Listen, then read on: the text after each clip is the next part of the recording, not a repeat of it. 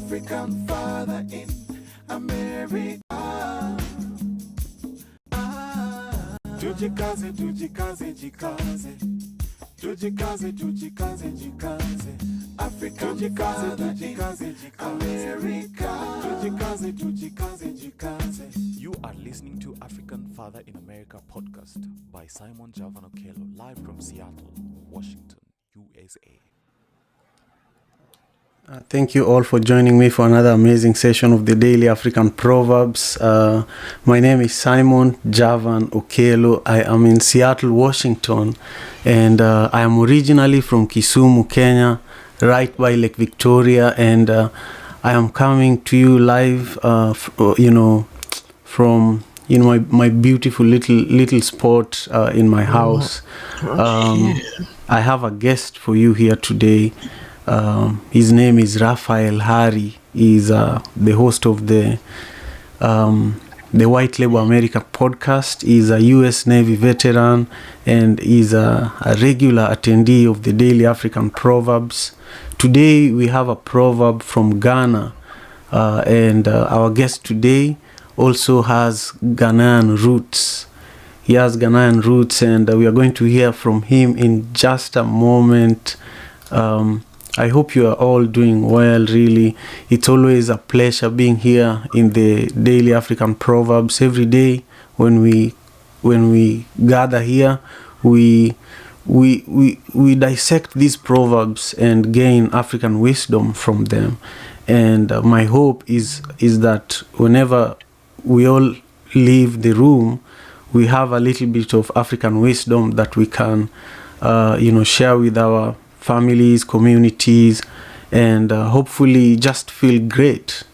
So the proverb today from Ghana says, when the bag tears, the shoulders get a rest. When the bag tears, the shoulders get a rest. I want to share my interpretation of this proverb in a moment, but this proverb is the latest Instagram post. If you want to get to my Instagram, the best way to do that is to tap my profile picture and go all the way to the bottom. You'll be able to get there and engage with this proverb. Now is also a good time for you to join us on stage. At 6:30 a.m. PST, we are going to turn off hand raising. So this is a perfect time for you to join us on stage so that we can also hear your interpretation of today's African proverb from Ghana. When the bag tears, the shoulders get a rest. When the bag tears, the shoulders get a rest. This proverb reminded me of how many of us in this room work hard, to take care of our families, to take care of ourselves, and even to stay consistent with these Daily African Proverbs is sometime like the bag, It's like the bag because you have to do it every day, and sometime the bag can wear out the person who is carrying the bag. But it's upon the person who is carrying the bag to know that I should probably rest before this bag wears me out. And sometimes the person who is carrying the bag is so efficient that the bag gets to a place like this proverb is saying, the bag itself tears. It's tired of serving the person that uses this bag. So, for me, it's just teaching me to know when I need to rest and drop something that I love to do or something that I have to do, in order to rest before it wears me out. Before that thing that I love, for example, the Daily African Proverbs, I'm here every day unless I have another major event going on. So, I took a week off right after Madaraka Festival, and it felt so good, not doing the Daily African Proverbs for a while, because according to this proverb,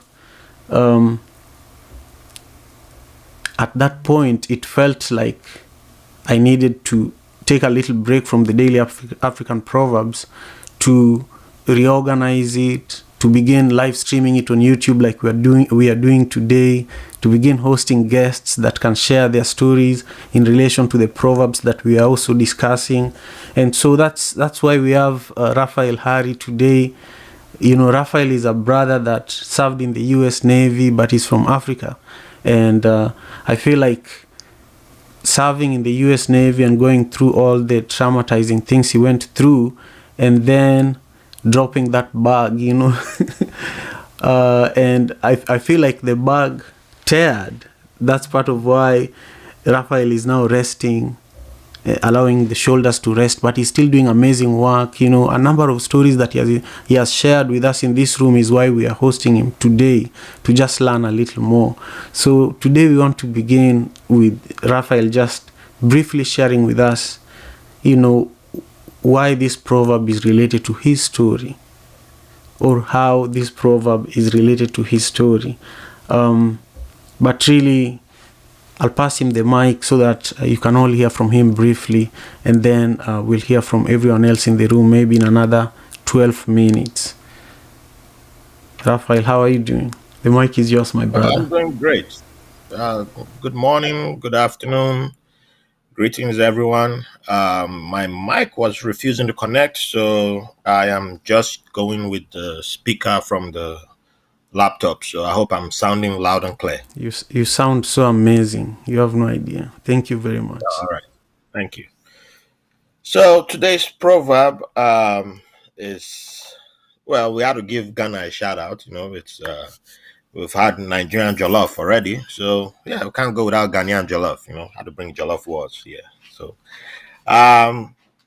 yeah, today's proverb it speaks to me in an interesting way. You know, there's I think a lot of us from the mostly the African community, well, mostly an immigrant community, I would say, especially people who I've met, we have ways of carrying burdens, unnecessary burdens. That's how I put it. In the name of community, so we just carry whatever burden is available, and sometimes we just go look for burdens to add to our shoulder. And the only way some of us will ever get rid of those burdens is if there's a tear in the bag that, you know, let's manifest the burden as a bag. And like if you've ever been to the marketplace back home and you've carried a bag of grain, let's put it that way, let's go with something like that, and you can carry the bag of grain on your shoulders because you can't carry it on your stomach or just in your arms. That's a terrible you won't last long in the job. So the best way to do it is on your shoulders. Then you know what a hard labor's job that is. And if there's a tear in that bag, you know, a small tear, you won't notice it. But one thing with that small tear is that it can also, the longer the distance you have to walk, it can continue to expand. And the more it expands, the more of the grains that you lose, or the more items that you lose. And that way, that's how some of us tend to have the burden tends to lessen for many people, because that's the only way we'll get a rest. The moment we realize that, oh, there's a tear in this bag, that we have to stop and then try to mend the bag, or almost all the grain has leaked out of the bag, and then you're like, oh my goodness, I've been walking for almost a mile or two, and I thought I was carrying like a big sack of grain, and I've lost almost everything. But life tends to, you know, I've said it before, I'm not religious. I don't do the religious route. I don't do the spiritual route. But I do believe in circumstances and life taking care of things. And there are times I have adopted burdens that I did not need to. And it just felt like, you know, there was a tear in the bag that I was carrying. And, you know, it took myself stopping to take a rest to realize that, yes, the bag had been torn a long time ago. And it was probably that tear is what I refer to. If you listen to the podcast, I always say there's been various moments in life where I had a crack in my system. There was a crack in my something happened, or someone I interacted with somebody, and that created a crack in my story. And I can give one of them is like my addressing homophobia. It's still ongoing because there are still languages that I have to learn. And the very first time I met a homosexual was well, the first time I met someone who was homosexual, I wasn't in my house, because I didn't realize that there was somebody in my house who was from the gay community, but it was someone who came to visit the person, and that interaction left something, that it tore something in the bag that I was carrying, because the way I'd been raised was, if you're gay, we are sending you straight to hell. You pray, hellfire, straight to hellfire. There's no shortcut. But that person coming to my house, he sounded very feminine. The way he walked, it just looked different. And I was a teenager and I was shocked, and I think he could tell that I was shocked, and he laughed, and he was just like, yeah, tell the person that I came to look for him. I'll see him later. And he left. And on his way out, my other cousin saw him. One of my cousins saw him and started insulting him. And I didn't know why. And I asked her, why are you insulting this man that came to look for somebody in our house? And she said, shut up. And she just walked away. So I told the person who he came to look for later on, and I told him what happened. And he just laughed and said, don't worry about it. But later on, I didn't understand. But something, it's like I was being tickled, but there was an itch. Why did this happen? And then there started being arguments in the house. There were insults thrown, but I didn't understand this language. You're an abomination. Why is somebody an abomination in my house? Then you're like, you don't like women? Well, what is he don't like? He likes women. There are always women around him. Well, the hottest women in the neighborhood come around this person. So what do you mean you don't like women? I was jealous of him because I wish I could attract women. Even my classmates had a crush on this person. So what are they talking about? And then the prayer points start changing in the house. Now we are praying, Jesus will save this person in the house, but every other gay person straight to hellfire. And that tear had happened. Now that tear had begun, because I'm like, so I can send other people to hell, but I can save one person. So if I can save one person, I can't save other people, or what? So but I still carried it for a little bit, hating on every other person, but not hating the one in my house. And then with time, I need to take a break from this. This don't make sense. So I just threw it out. And later on, by the time I would join the Navy, did I know I would join the Navy? No. But by the time I would join the Navy, I'd already gotten rid of it completely. I wasn't even, people brought that around me I'm like, yeah, I don't care. And that's where I am today now, and it changed me, and I'm able to take a rest from that life, that aspect of life where you can't bring that around me and say, oh, we need to hate on people who have different sexual orientation, we need to hate on people who don't act like me, who don't look like me, and all kind of thing, because it always starts from there. So yeah, sometimes we don't realize the tear has happened, but it manifests in different ways, and it takes different. It just happens that when we notice it, then we take a rest. Yeah, thank you very much, Raphael, and thank you to everyone who is with us on Clubhouse. My name is Simon Okelo. I know that we have a few people who have just joined us, and I want to encourage you, if you're in the room, to ping in a few people to also join us for this conversation. But Raphael and I are actually seeing each other face to face. We are live on YouTube, so if you want to see our faces and be a part of this conversation over there, please feel free to join us over there as well. But today's proverb, which is my latest Instagram post, says that when the bag tears, the shoulders get a rest. When the bag tears, the shoulders get a rest. In the African context, you always have your bag. Your bag is like your companion. You always put everything in your bag.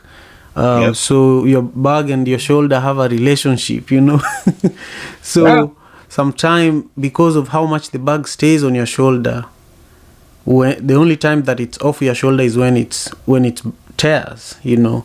And so today we have a special guest, my brother Raphael Hari, the host of the White Label America podcast. And Raphael has been a big contributor to the Daily African Proverbs, and today we are learning a little bit more about him. This is an interview format that I want to continue having here in the Daily African Proverbs. So tomorrow we also have another interview, but that will be hosted in the African Wisdom Club. This one is a shorter version of what we normally do in the African Wisdom Club. Raphael, I just wanted you to share with us, as an African brother who is now a full-time father, as you on your clubhouse profile, you say a stay-at-home dad, and that's not an easy situation for an African man, Nope. And you also went to the Navy, which I haven't interacted with a lot of brothers from Africa who have also worked in the US Navy. And those are two things I would love for you to just respond to. But then the last thing is humor, how you are applying humor to everything you do, whether it's a DM message that you send, I feel like laughing, whether it's a chat on YouTube, I feel like laughing, whether it's connecting with you now, you use humor to overcome a lot of challenges. I wanted you to just speak to those three themes, and then we will go back to our regular Daily African Proverbs format so that we can hear from some of our friends who are also in the room that want to share their interpretation of today's proverb. Thank you so much. All right, thank you. So, being a stay-at-home dad, let me start from there. I think probably 5 years ago, I wouldn't dare be a stay-at-home dad. I would have been like, hell no, that's not for me. I'm a real man. I'm a really Joe man. Hell no, that you can't put me in that. Hell no, what the hell is that? Who does that? Not me. But I don't agree with certain languages, but you have to admit when something needs to be fixed. And there have been a whole lot of situations in my life, right from childhood. There's been molestation, there's been exploitation, there's been, name it. I've suffered, I've died, I've come back, and hey, I'm here. And we've been victims, whether we like it or not, whether we like to claim it or not. It's not a matter of claiming it. But if you don't know, you are a victim. And the more I find out stuff, I'm like, yeah, I was a victim. So I was very angry. I held my anger in, but I will make everybody laugh. I will make rooms laugh. I will make people laugh. But I was mad inside. I was very dark inside. And even at that period,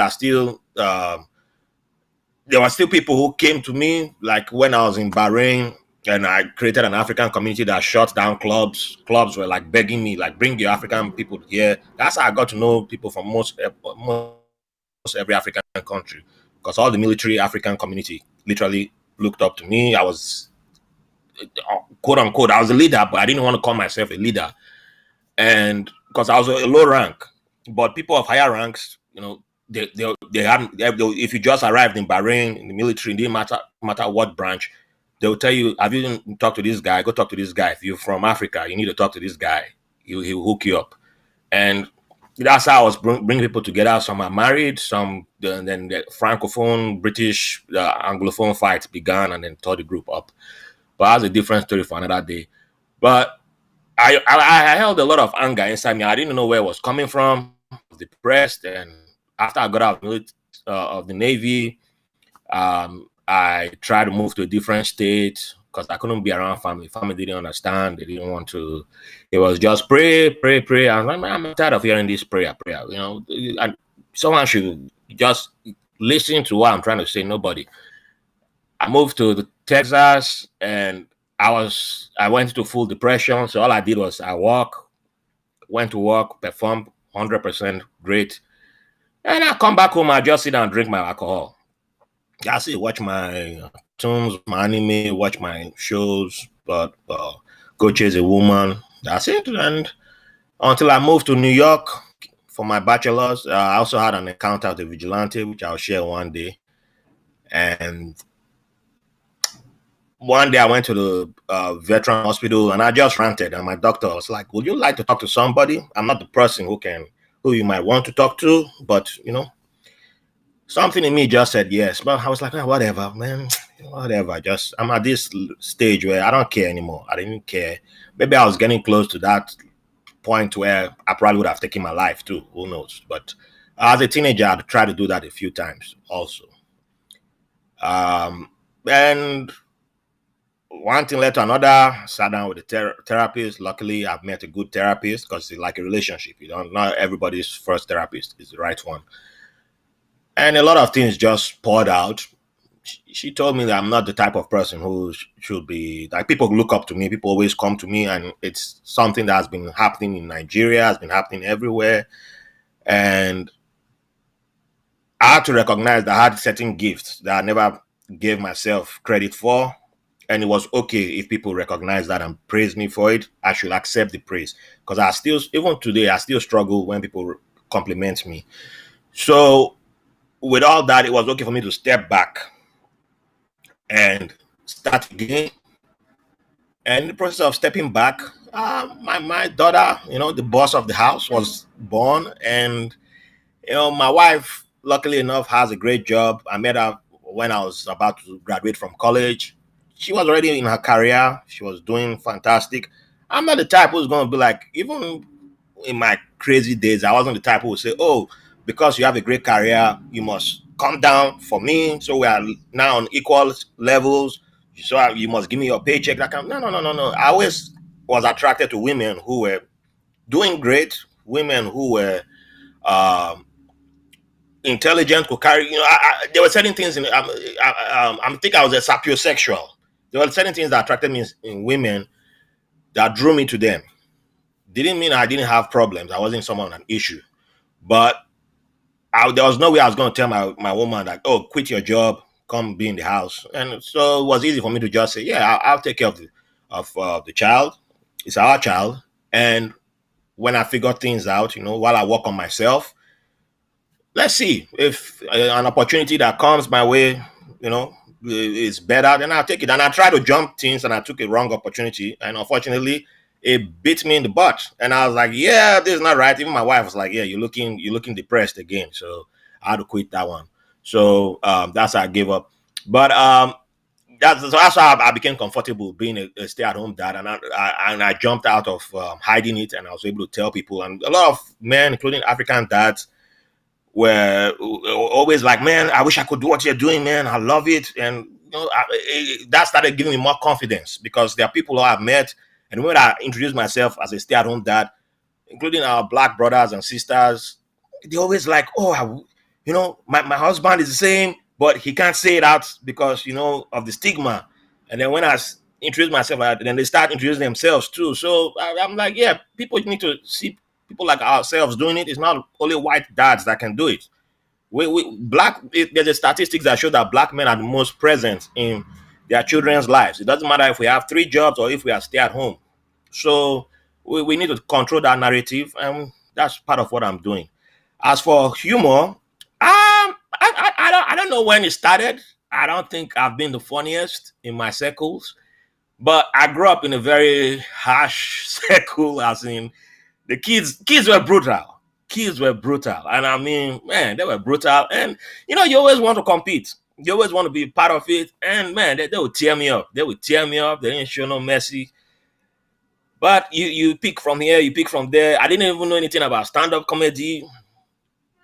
Into my young adult days, I didn't even know about all that. And I only happened to watch Delirium after I got internet, and I downloaded online by mistake.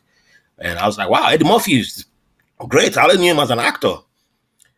But I think we've always had a way of coping with trauma. Laughter has always been a way of coping with trauma. And I don't think there's any Nigerian that I've met, except for those from the upper class. But even those from upper class too have a way of hiding their trauma. But every Nigerian should be on therapy. Every Nigerian that I know should be on therapy. Because if you are honest about what goes on in that country, Yes, the darkness in that country is too, like, yeah, we have churches on almost every street. We have mosques on almost every street, depending on the state that you live in. But the evil that is there is too much. So we all have faced trauma and we deny it because you have to stay. If you deny it, you're a good Christian or Muslim and all that. I'm like, man, just, so we all hide on that. We start becoming funny, and we used laughter as a coping tool mechanism. And I think I did it too. I did it. And one day in the Navy, I think I was less than 6 months in the Navy. There was a day which I still wonder. Sometimes I think about that day. We had a command. The whole command was there. I can't remember what we were supposed to do. And one of the captain was late. So they were like, hey, would anybody like to step up to the mic? Just anything. Give, if you want, you're a comedian, or give a joke. And some of my colleagues, none of them were African, by the way. They were like, dude, go up there. Go on the mic. You're so funny. Go on the mic.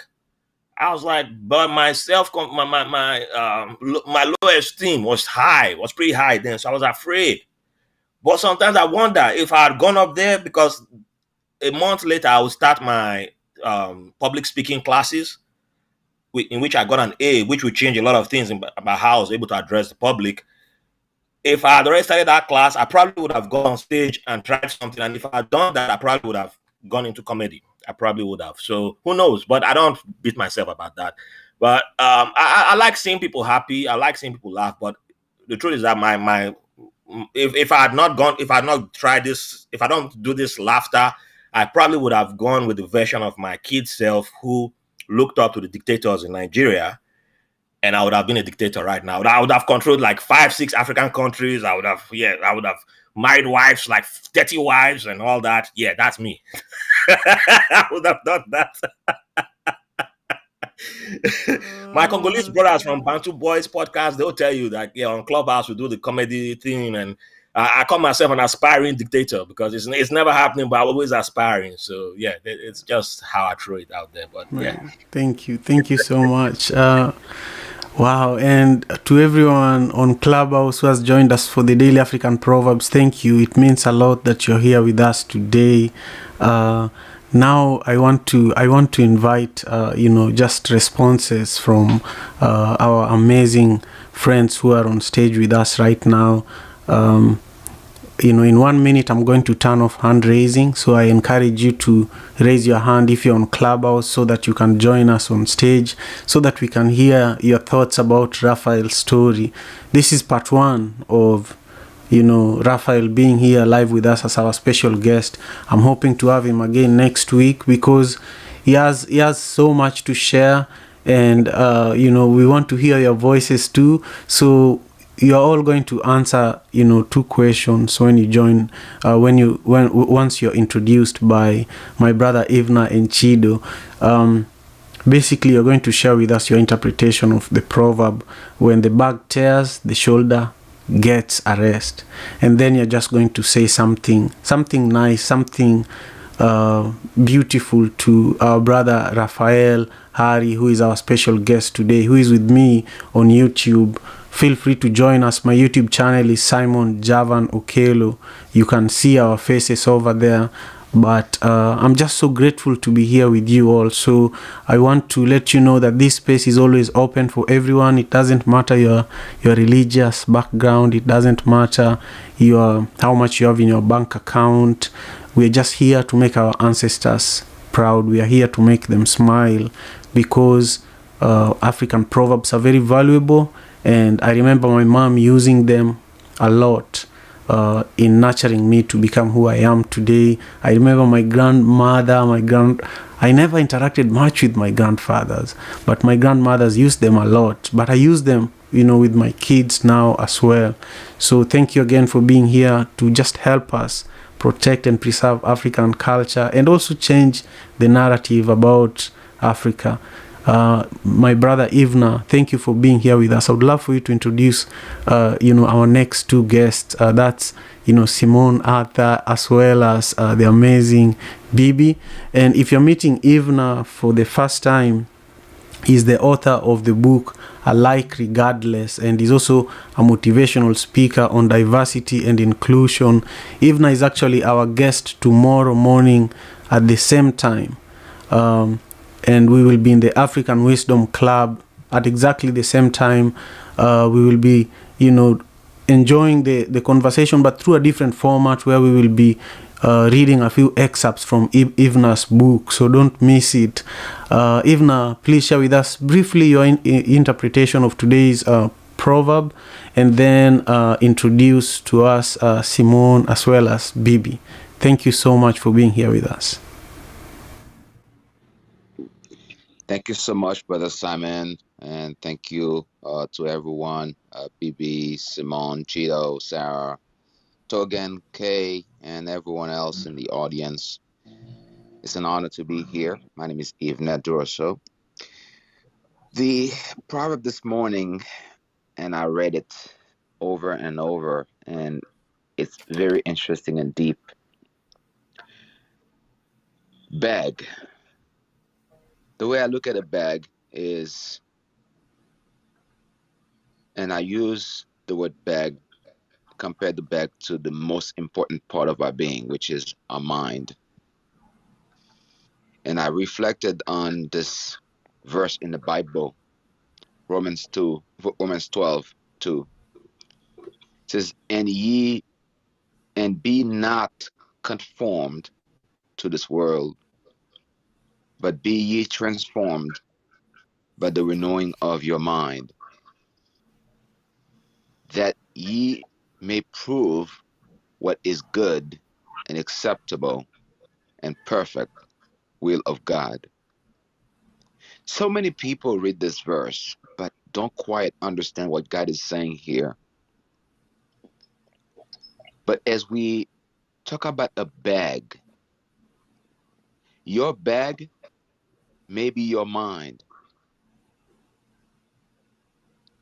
So we need to watch what we deposit inside of our mind. If your mind is filled with hatred, envy, fear, selfishness, these are some of the things I talk about in chapter 3 in my book, The Motive Behind the Vines. Your mind is filled with broken bottles and other harmful objects. It may end up being torn unexpectedly.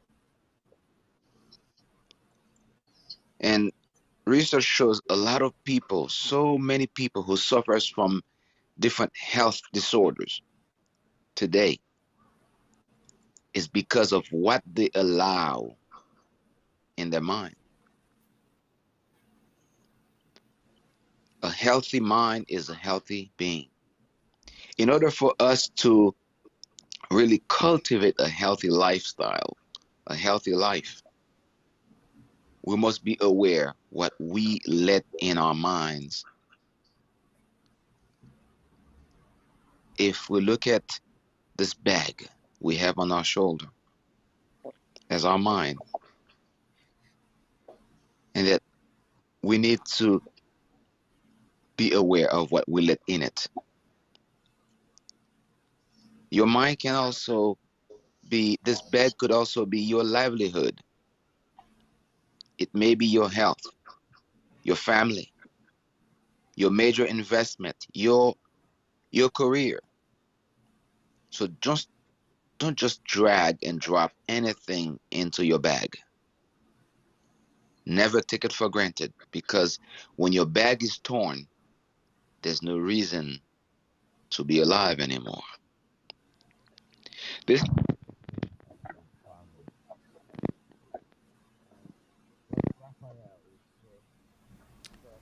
Hey, Ivna, this is Simon. We lost your volume. Oh, is it better It's now? much better. Thank you so much. Brother Raphael, it's such an honor to be on the stage with you today, brother. And I appreciate you. I hear you all the time, and you have so much wisdom. But I want to leave you this before I introduce the next speaker. I want you to know that you are just one good idea away from having anything and everything you desire. That's all it takes. One good idea. And I have a mentor, his name is Bob Proctor. He says there's unlimited wealth and abundance because wealth and abundance is nothing but an idea. Whatever you do in your career right now, keep pushing at it, keep doing it. One good idea. Your best days are right ahead of you. It's an honor to be here with you. As we're going to introduce the next speaker, Simone. Simone is a spiritualist. Can't say this word. Spiritualist, medium, intuitive, guided by love, by the love of the ancestors that work with her. And I believe this is why she's here. She wants to honor the ancestors and make them proud. And I'd like to introduce Simone to share the interpretation of today's proverb. Please, Simone, share with us your interpretation of today's proverb. Thank you. I yield the mic to you. Greetings, everyone. Thank you for that lovely introduction. Greetings, Simon. Greeting, Raphael. And to anyone who can hear my voice on the stage or in the audience, I greet you all with love. I haven't been in this room for a while, and I felt compelled to be here this morning after reading Simon's post about what the proverb would be today. And that resonated with me because I am in this space of now where the bag has gotten heavy.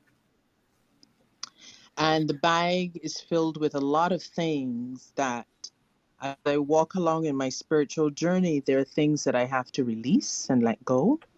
I leave it up to God and the ancestors to take care of. There are things in my bag that I would have to leave at the wayside and, not take on that energy anymore. And there are things in my bag that I may need to stop and tend to and look at and focus on and repair and acknowledge and give thanks to and gratitude to and put it back in my bag and keep moving. But anytime I think that the bag has a tear and something falls at the wayside and I look at it and I analyze it and I pray on it and I meditate it, and if the energy comes back to me and says, you know what, leave that right there, it's going to stay there. Because in the past, I've had a habit of looking at the things that fell at the wayside and felt that I always had to sit with it and repair it and nurture it and take care of it and be responsible for it, when at times it just needed to be left at the wayside. It just needed to be left there on the sidewalk and leave it to God and the ancestors to deal with. And it's also at the time when the bag gets heavy and it has that rip, it's also time for me to put the bag down and sit and be still. Maybe say my prayers, sit in meditation, and just ask for renewed strength, a new roadmap and protection to keep going. So that was just my interpretation of the proverb today. To Raphael, I was here when you, spoke about your journey. And I want to thank you for sharing your life lessons, because I was able to pick, a few things for it and put it in my pocket and store it for me to sit with later on. Because you sat with that part of you that embraced ignorance, and you recognized it as something that you had to let go.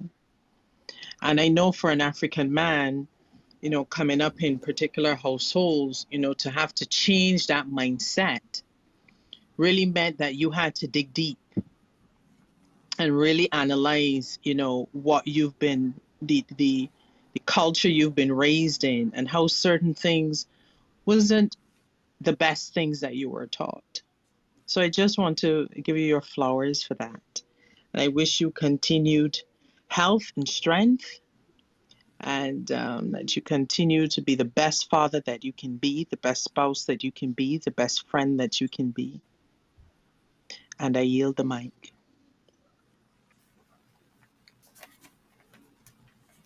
Wow. Wow. Simone, that was so deep.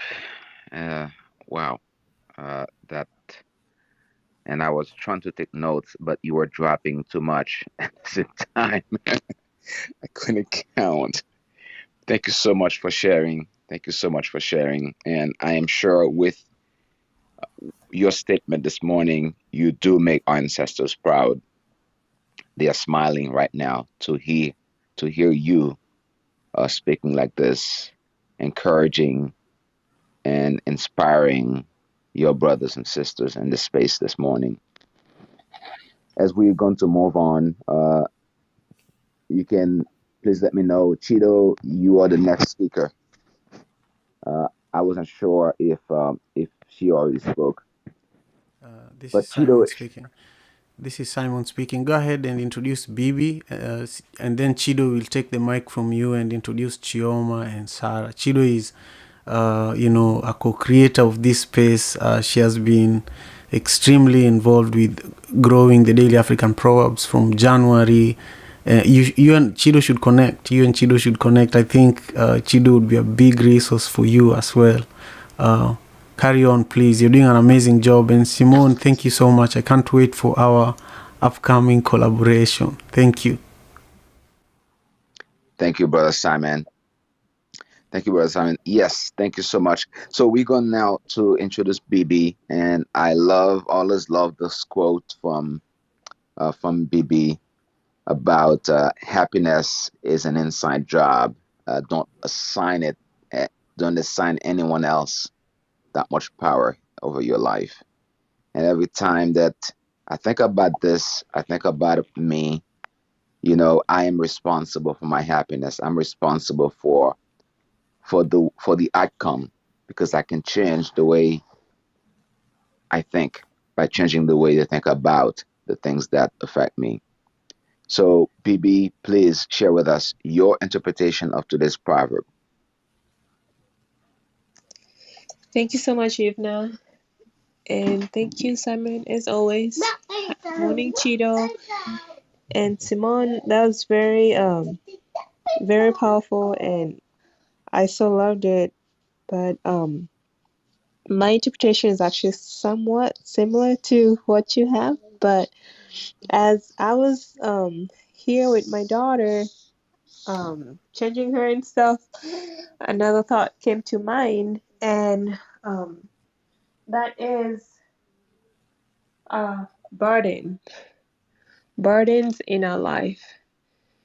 And the reason why I say burdens is because we all have them, and we just can't let it get too heavy for us. Sometimes we have to unload it in order to move on peacefully, and that's also with the bag. We need the bag to carry some of our heavy stuffs, so we won't have to carry the loads on our arms.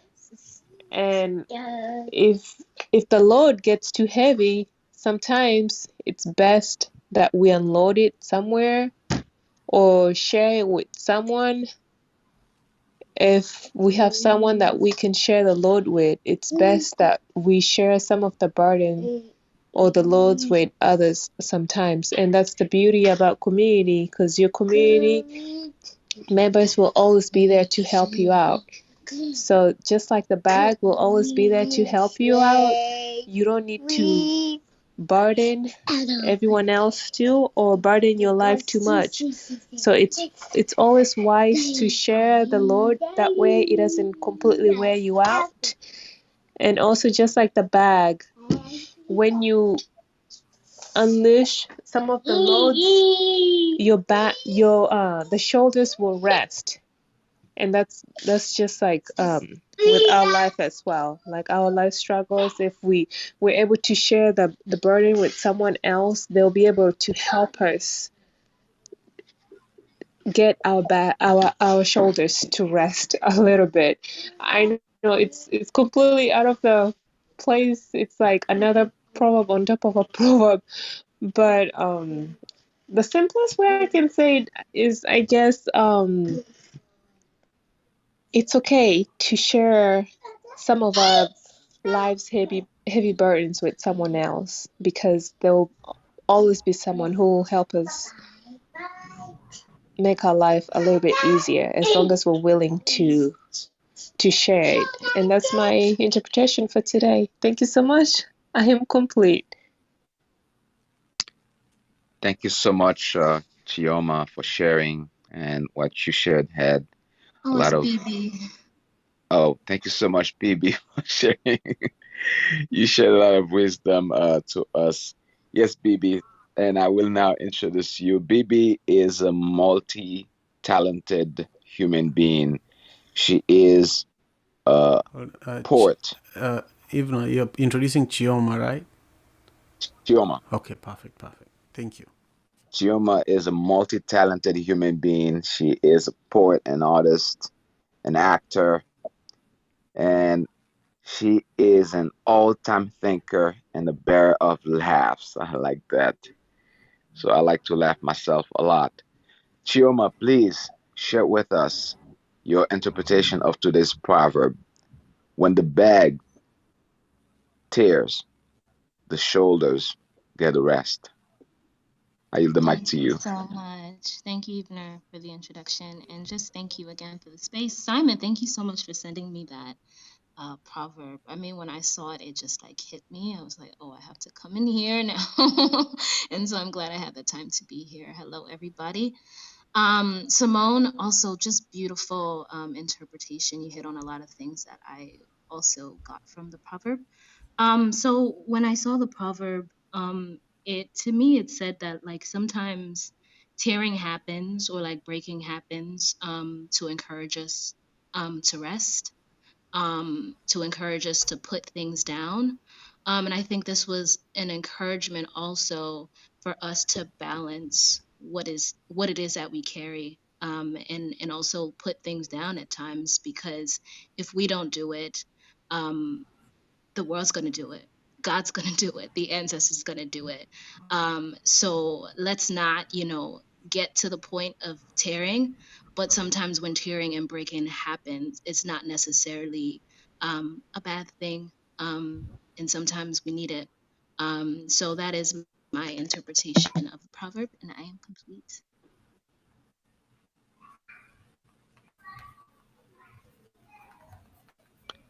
Thank you so much for sharing, Chioma.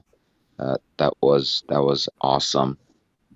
As we move forward this morning with this proverb, when the bag get tear, the shoulders get a rest. Now we're going to introduce our friend Sarah, who's going to share with us her interpretation of today's proverb. Sarah is a registered ICU nurse, a mentor, an educator, a traveler, an adventurer, a hiker. She has so many skills and talent. Sarah, it's an honor to introduce you as you're going to tell us your interpretation of today's proverb. I yield the mic to you. Thank you so much for introducing me, and thank you for the space here today. I'm happy that I'm able to make it and be with y'all. Um, yeah, it's an honor. Thank you. When I read this proverb, I guess to me it just reminded me that there's so many times in my life where I've just taken on too much, tried to multitask, tried to kind of just do as much as possible, humanly possible. And it's not until, I guess specifically where the bag that I've been kind of just loading and loading and loading finally tears, that I have this sense of relief. Of course, sometimes I think that can be also, negative and devastation, because you've put so much energy into trying to do so much, and then for something to fail or to not kind of be complete as the way that you thought or had hoped for something to do. But there's always a sense of relief I find that when the the plan that you had didn't necessarily go the way that you expected. Um, it's almost like that the universe or God or just the overloaded bag is, tearing or breaking or um, releasing, I guess, is allowing you to kind of take a step back and reflect on what you've just encountered and really give your body and your soul time to rest. And so that's kind of what this proverb reminded me of today was just, to maybe take some time to reflect before you get to that breaking point, and maybe not take on so much at once, and to just slow down and really try to be present in today, instead of planning for so much for tomorrow, and possibly, but hopefully before that bag really tears and you have failure as well. So that's what kind of came to mind for me today. Thank you so much for having me, and I yield the mic. Thank you.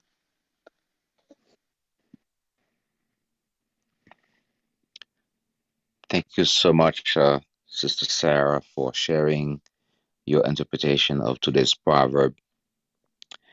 As we're going to move on, we're going to introduce Tegan. Tegan is a wonderful human being. She's an NFT artist, an NFT game designer, a podcaster. She likes to collaborate with on humanitarian art and Draker NFT Gallery. She's all about NFT. So if you are interested in what she does, feel free to message her. Tegan, please share with us your interpretation of today's proverb. I yield the mic to you.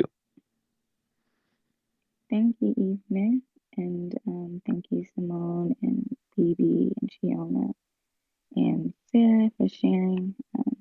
I apologize if others shared, but those were the ones I was able to hear. What to offer? Not really an interpretation because I think I'm still interpreting this proverb, but I guess maybe more of the thought process I am thinking through. To me, similar to what Evener and I think others said, I can see the bag as my mind or our mind. I think I'm seeing the shoulder more so as my heart. And I see this proverb hinting at the relationship between the two. Because when you are carrying the bag, it can tear on your shoulder. And I think that can hint at the arrogance our mind can feel when it's able to weigh us down. But if if the hands that extend from that shoulder were to lift the bag above our head, the bag could no longer tear. And maybe the bag would have respect for the place of the heart, for the leadership of the heart. I think that I will stop there. I did want to offer words to Evener to practice my French. Mon cours est avec Yeti, et mon cours est avec toi. Mon cours est avec tes enfants. Merci. Merci beaucoup, Tegan. C'est vraiment un plaisir d'écouter ce genre de choses. C'est vraiment important pour nous. And I'm glad that your heart is with me, and thank you so much. I appreciate that. And thank you for reminding us today we have to say a few things in French, and I always forget that. I am going to introduce our next speaker, My brother, Kay. my brother Ivna. Yes. Let's invite Chido to introduce K and J. And I agree. I also forgot that today. Well, I didn't forget, but I was really, really excited about Raphael's time with us today. That I sidelined our French-speaking brothers and sisters. That this space is primarily centered around on Fridays. So, how do you say I apologize in French? Je suis désolé. Je suis désolé. Merci beaucoup. Okay, Chido. Chido, again, as I was saying earlier, is an amazing leader. But first, Ivna, thank you for how you've guided the conversation until this moment. And truly, I can't wait. I wish I get your book before our time tomorrow so that I can read a few of the chapters. But either way, I'm really excited for tomorrow's session with you. And if you want to see Ivna, face to face, we will also be, having him on YouTube the way we are having Brother Raphael today. So join us, same time, but in the African Wisdom Club. And check out, by the way, Ivna, if someone wants to get a copy of your book, hopefully before tomorrow, how can they do that? Yes, if you want to get a copy of the book, it's available on Amazon. It's on Kindle. Kindle, you can get it right away. It's also available on audiobook, which if you don't have an audiobook, if you don't have an Audible account, you can sign up for free and get the book totally free. And it's also available in paperback and hardback. If you have Amazon Prime, it takes 1 to 2 days for you to receive it. So it is available. It's also available on other stores like Target.com, BarnesandNobles.com. But most people, they like Amazon because they get things faster there. So it Yeah, is available. If you want to have it today, you can download the Kindle version. I do have a challenge for you, my brother Ivna. We want people in this room to have signed copies from you directly, so that you can build a stronger relationship with some of these amazing people here. So I feel that you should DM Ivna and get a signed copy potentially, because I feel that one of the things we need to continue doing, we've been doing it, but doing it even better is making this a space for, authors of African descent worldwide to come and share their books, innovators. We want to continue making this a space where we can help amazing people continue to thrive, and that's what Chido and I are actually doing behind the scene. We are building an infrastructure that is going to bring, it's called the One Vibe Collective. We are going to be bringing together creatives of African descent, into one space, where if you want to connect with a graphic designer and you're an author and you're working on something urgently, we will be able to get you those resources. If you want to record your rooms on Clubhouse the way we are doing here and live stream it on YouTube, we'll be able to give you those resources. So we just want to be helpful and a resource to people that need it the most. With that, I want to thank you, Ivnia, and I want to introduce Chido Samantha Bavarira, who is truly an amazing leader, an online business strategist by day, and being human on Clubhouse here, being human on Clubhouse by night. Chido says, if you want to go fast, go alone. If you want to go far, go together. Chido is from Zimbabwe. She's lived and worked in Europe. Currently, she's in Canada. And I'm really, really grateful that you're here with us, Chido. The mic is yours. Good morning. Good morning, Simon. Bonjour, Simon. Bonjour, Yves. C'est une bonne journée ici à Halifax. Je suis en Canada. Et je pense que c'est une meilleure journée quand je commence la journée aujourd'hui avec tout le monde dans le Daily African Proverb Room. I'm so happy to always start my day with everyone here. I heard some amazing interpretation of this proverb, and I'm excited to hear from Kay and my sister Jay. I really appreciated BB's and Chioma's interpretation as well as yours, Yvner. It was very powerful. The proverb today, when the bag tears, the shoulders get to rest. And I got instantly an image of a woman back home in Africa carrying her work to market, carrying her food to market, carrying her business to market. And it made me think of the hard work we put in. And she's probably maybe frustrated when this bag breaks. It is very common for us to carry not just our work, but a lot of our emotions, our responsibilities on our shoulders. Some of you may know, I actually work in the digital wellness space, and that's a space where a lot of us are having conversation of what it means to be well and the importance of rest. If you're somebody in business, we are coming from a hustle culture where we celebrate productivity. We have a culture full of checklists and to-do lists where if you're type A like me, I find rest to be the worst thing I can do. And I'm learning to unlearn not resting. I'm learning that I need to rest and take time to unload, unpack, and reflect. I think the problem of human existence is that we have the mental capacity to make all these plans, infinite plans, but the reality is we have limited time to execute it. The more I fight for control over my time and productivity, the more I feel I struggle with it. We live in a task-oriented society where the goal is to spend most of our time completing these valuable tasks that help us reach our future goals. We use this task-oriented perception of time to avoid the harsh reality of the situation is that our time is extremely limited, which means the list that we can actually do is limited. So I encourage you to lean into your limitations. Instead of trying to work and do all the things and wear a busy badge to feel worthy or productive, it's important that we make plans to rest, or else the bag will surely break. I found this to be very, very powerful, insightful, and something I do plan on doing on the weekend is applying more rest into my life, and letting myself have some self-reflection and be idle and be alone, and not to be impatient with always moving forward by being present.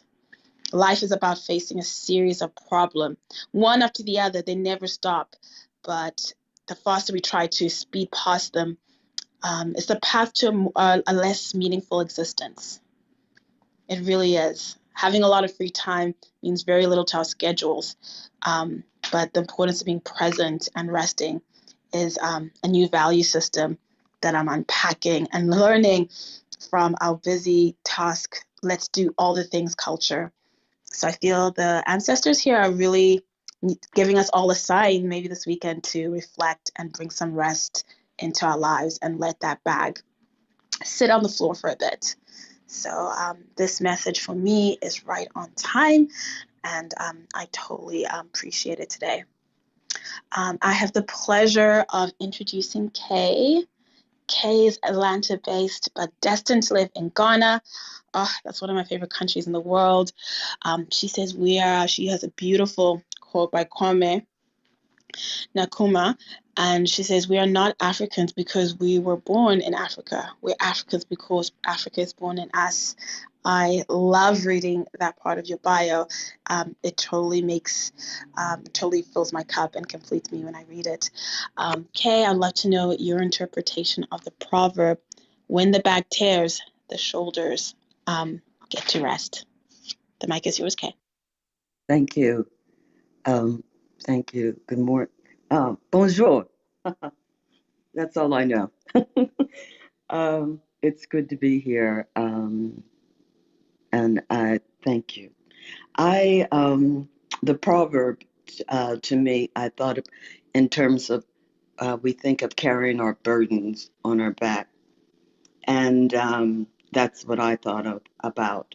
And I thought if it breaks, there either needs to be a repair to the bag or maybe get a new bag. But more importantly, I these days I've been looking at what I consider my burdens. And as they present themselves, I question, are they true? Are they true for me today? Maybe it was true for me uh, in the past, but it might not be true now. Is it serving me? Is this, if it's not serving me, is there another way that I can look at it and that it would be in service to me? And we're I think, very big on criticizing people and leaders, and they should be doing this and they should be doing that. But one of the things, and that would be a burden for me, this what other people are doing.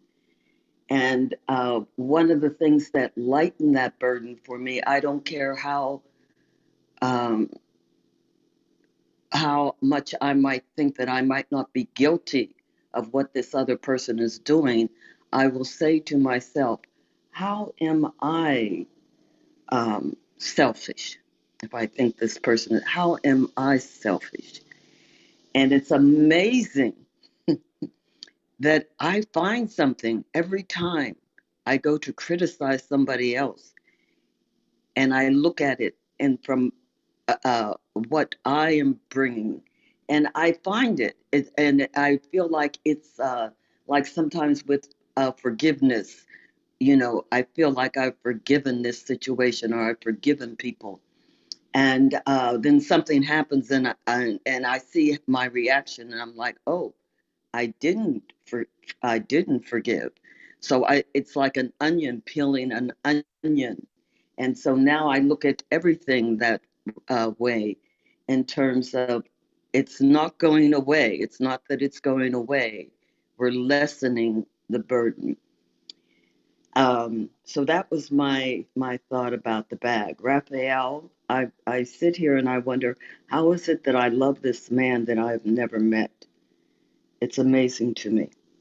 And one of the things that I had thought, because my anger had been getting the best of me, is that I need to find a sense of humor. And so, about things. And so I really am taking that, hearing you, as a note to continue to pursue just finding the humor. And I've always been concerned about the continent post colonization and the darkness, that even if the individual people weren't there, that the darkness and the energy, um, it doesn't go away, and how it has entered our people there. And we have our own issues, and now we have those issues too, and how to not grow them. And so I was interested that he mentioned about the darkness on the continent. And I also am concerned that that we take on too many of the Western ways as solutions. Um, because I'm sure everybody knows everything Western is not good. One of the things that I experienced recently when I moved from Los Angeles to Atlanta, and was looking for a place, and people were saying, oh, you can move here. And I was going to do a house and then apartment, whatever. You could move here. This is for 55 and over. And I'm like, why would I do that? And it made me very angry because I feel that this society separates people. And I just, why would I separate myself from the rest of life? And so this morning I was able to find happiness in this, that I found a place, and there's children going to school, and there's new couples moving in, and they have their adventures.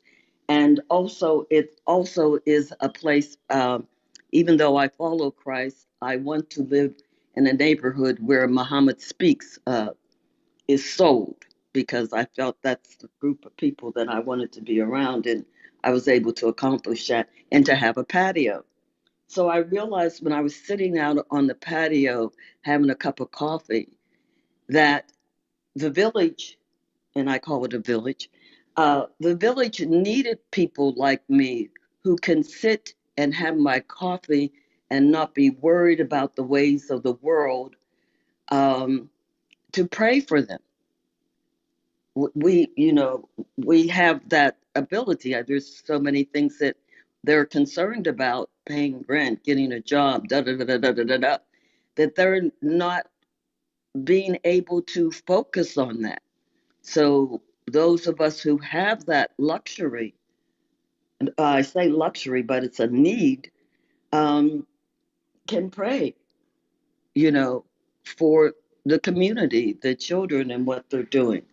So these are the things that I thought about.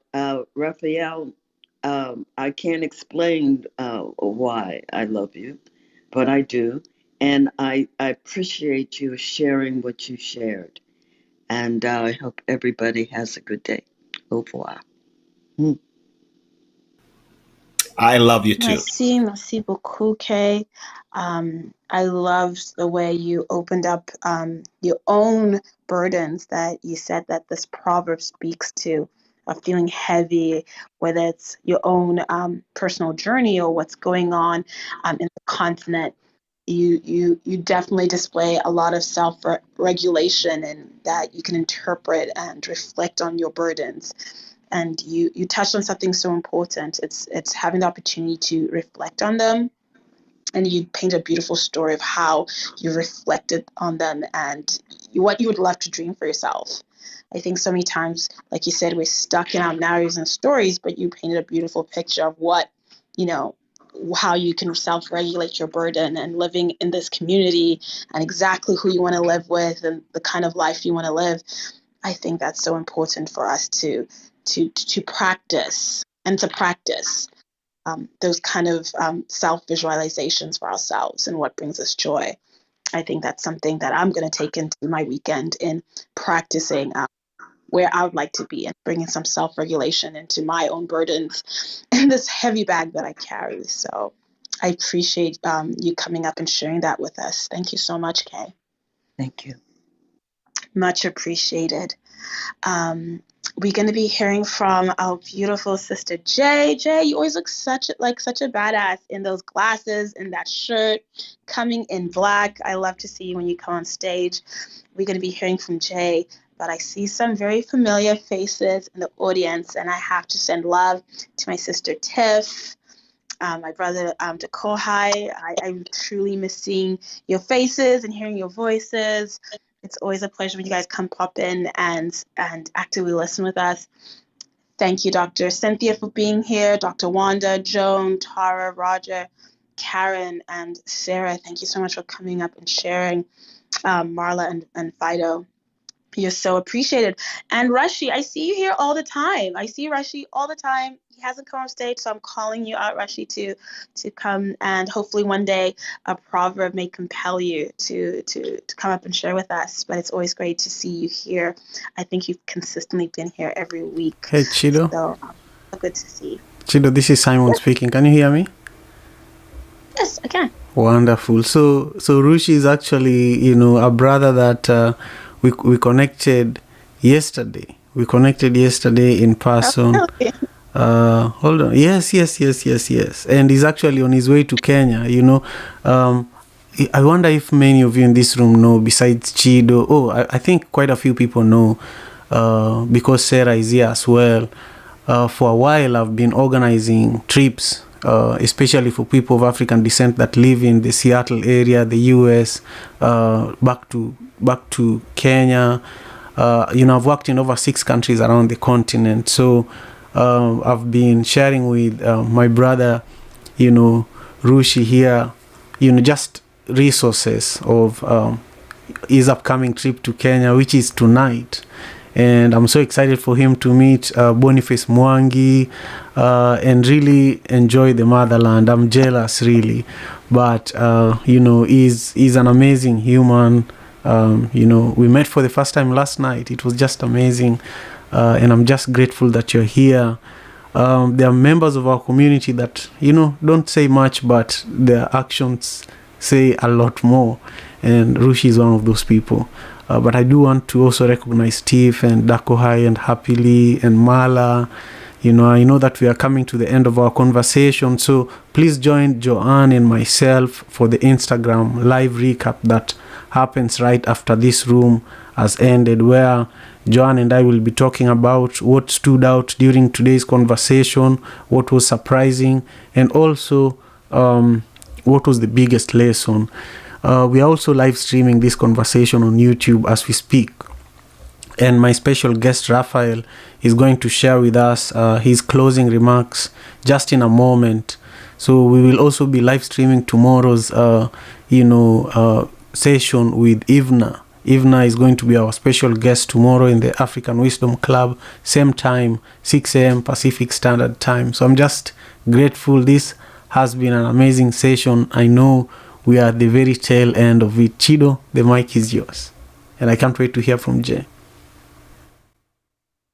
Thank you, Simon. It's so good to know that you're connecting with some people, because I know you have so many connections and support. So great to hear that you actually met up with Rushy. And I'm saying we need to plan a Seattle trip with the OG DAP crew. So Hey, I'm speaking that into existence. Chido, some things happen so naturally. Like you don't even the connection with Rushi. I didn't even know that we had connected. We talked, Instagram. He came to the room multiple times. I didn't even know it was him, until we were meeting in person is when I connected everything.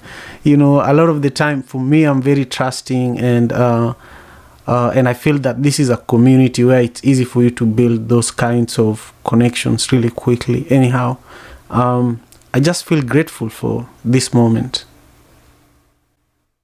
Oh, I love that. We're gonna make it happen. 2022. I'm speaking to existence. We're totally gonna have daily African proverbs in real life session. So I'm gonna look forward to that and put that on my manifestation list. Next, we're gonna hear from the wonderful Jay. Jay, you need no introduction. You know how I feel about you. You know what we agree on, what we don't agree on, and you're somebody who just comes in and pours so much with the softest, most soothing voice we have here. So it's always a pleasure to hear Jay speak and give us so much knowledge and wisdom. She does a lot of things, guys. She has a pop-up poetry and stories club. She's passionate about children and social justice, plays, poetries, and prose. And the artistry of poetry is powerful. Those are all of Jay's favorite things. Jay, I'd like to hear what came up for you in this proverb today. When the back tears, the shoulders get to rest. I pass the mic on to you, Jay. Thank you, my beautiful Chido. Bonjour, Fie Celeste. I'm going to just say that I agree 100% with what Sarah said, what Bibi said, what Cheeto said. And this is all that I'm going to say, and this relates to Simon and Cheeto. That Simon, you're the first person I thought of when I read this proverb, is that you bear so much on your shoulders. Not just in this room, but everything that you're doing, you're always thinking of the people. What can you do to make things better, to connect people, to highlight people, to exalt other people? It's amazing to me. So for 1 week, dear brother Simon, for 1 week, that bag tore. And you know what I'm referencing, and so does Cheeto and others in this room. And you had to take a break. You had to take a break to relax your mind, to relax your body, to recuperate, to re-energize. That bag broke. And I was happy for you that it broke. And so many people came into this room saying, how do you do it? How do you do it? How do you do it? And it's so true. But you needed to take that break. And I was so happy that you did. It was necessary. And Cheeto, following you on Instagram, hearing you in this room, it amazes me how much you accomplish, how accomplished you are, and how much you do, not just for your others, but for yourself spiritually. And I see you, Cheeto. I can see your feet on that beach in the water, and that water washing over your feet and just helping you regain your sense of spiritual strength, emotional strength, mental strength, physical strength, so that you can continue to persevere. And that's what Simon does. Letting that bag break, or being glad that it broke, just so you could rest for a moment and then continue to do what you need to do, that ultimately ends up being in the best interest of others. I appreciate you guys so much, and so many others in this room. With that, I have concluded my interpretation, and merci beaucoup. Oh, Jay, why you gotta bring on the word works on first thing on a Friday morning? I totally appreciate you. I receive your kind words. You totally fill me up. You make me sound so amazing than I actually think I am. And sometimes that's exactly what you need. So you've done so much for me in that small time frame. You since gave Simon and I some flowers. It means so much. There are no words. So I receive them, and I appreciate you so much.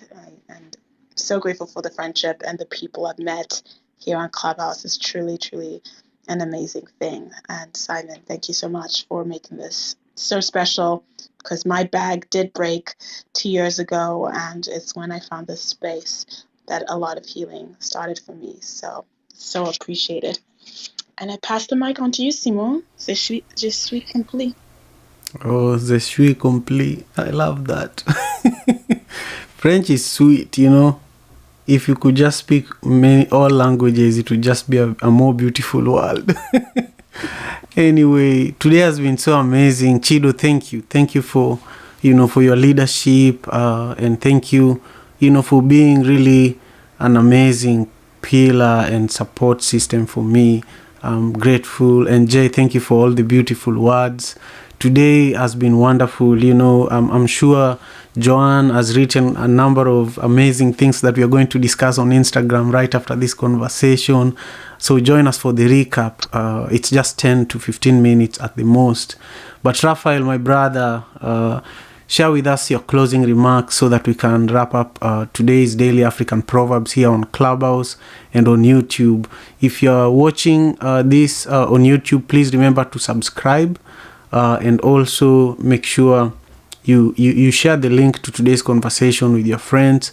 If you're on Clubhouse, please make sure you tap the house at the top, African Father in America Club, so that you follow the club and we can notify you when we have the Daily African Proverbs, as well as other conversations that we are currently developing here in the African Father in America Club. So thank you all for being here with us. Raphael, the microphone now is yours.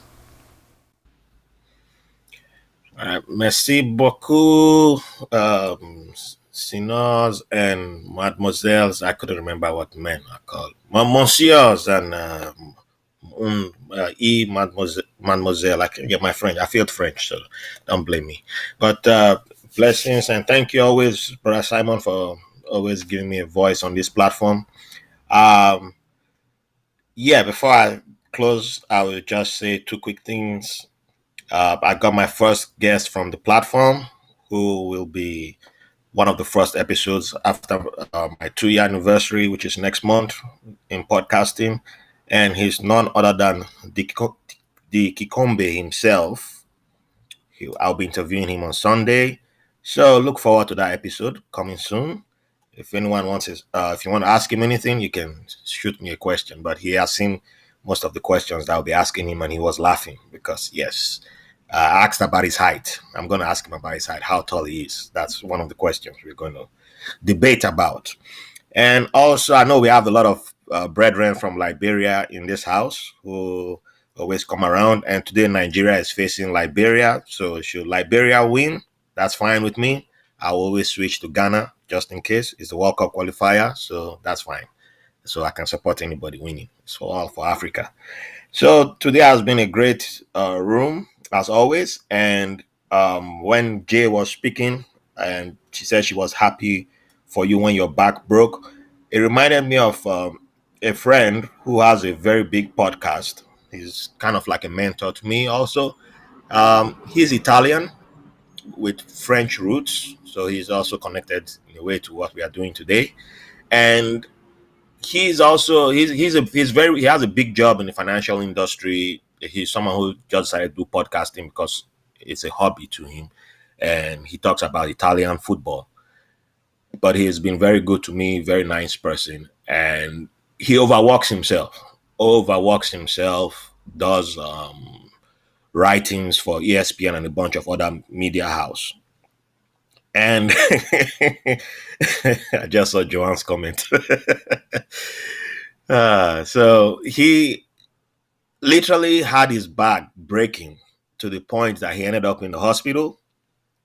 And when he was in the hospital, he was still trying to record an episode because he felt bad because he has a lot of Patreon supporters. And he posted like, hey, I'm still going to try and make sure you guys get an episode while I'm in the hospital because I feel bad that you guys are not getting an episode this week. And I said, bro, I texted him like, hey, man, just because we support you on Patreon doesn't mean we want you to die. If anyone is mad at you that you're in hospital and you can't make an episode, so I'm taking my money back, that person does not support you. So let that person go. Go take care of yourself, come back. If you need 1 month to recover from this problem that you have, from this situation, take that 1 month to recover. It doesn't make any sense for me to say this guy is making content for me that I'm enjoying and he's dying. So, but I'm giving you $7 a month or $10 a month or $5 a month. It don't matter how much, even if it's $200 a month I'm giving you.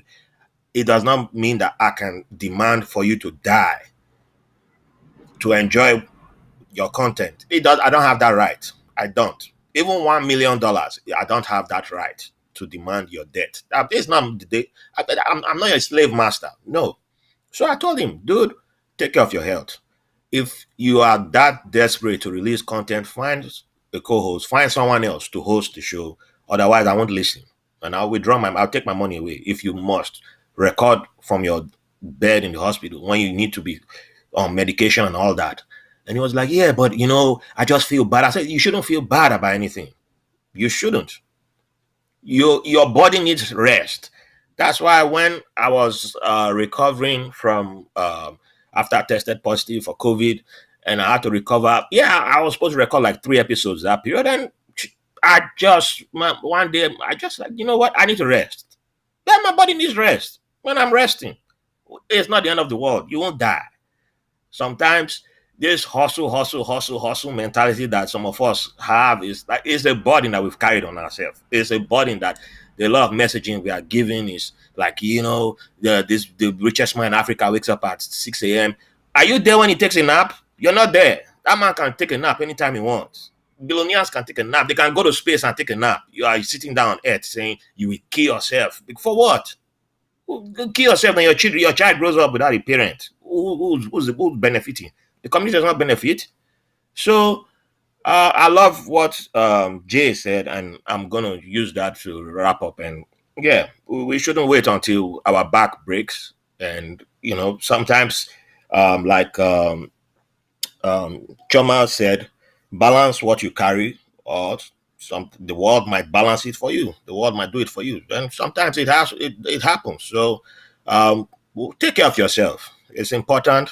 And if Brother Simon needs to take 2 months off, I'm fine with it.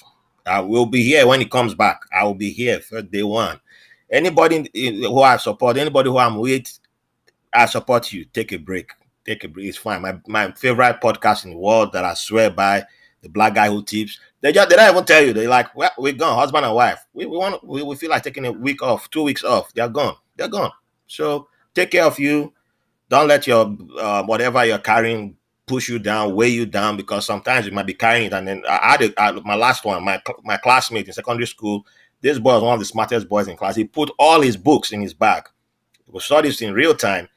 But he used to put the shoulder, the bag is supposed to, the strap's supposed to be on your shoulder. But instead of his shoulder, he put it on his head.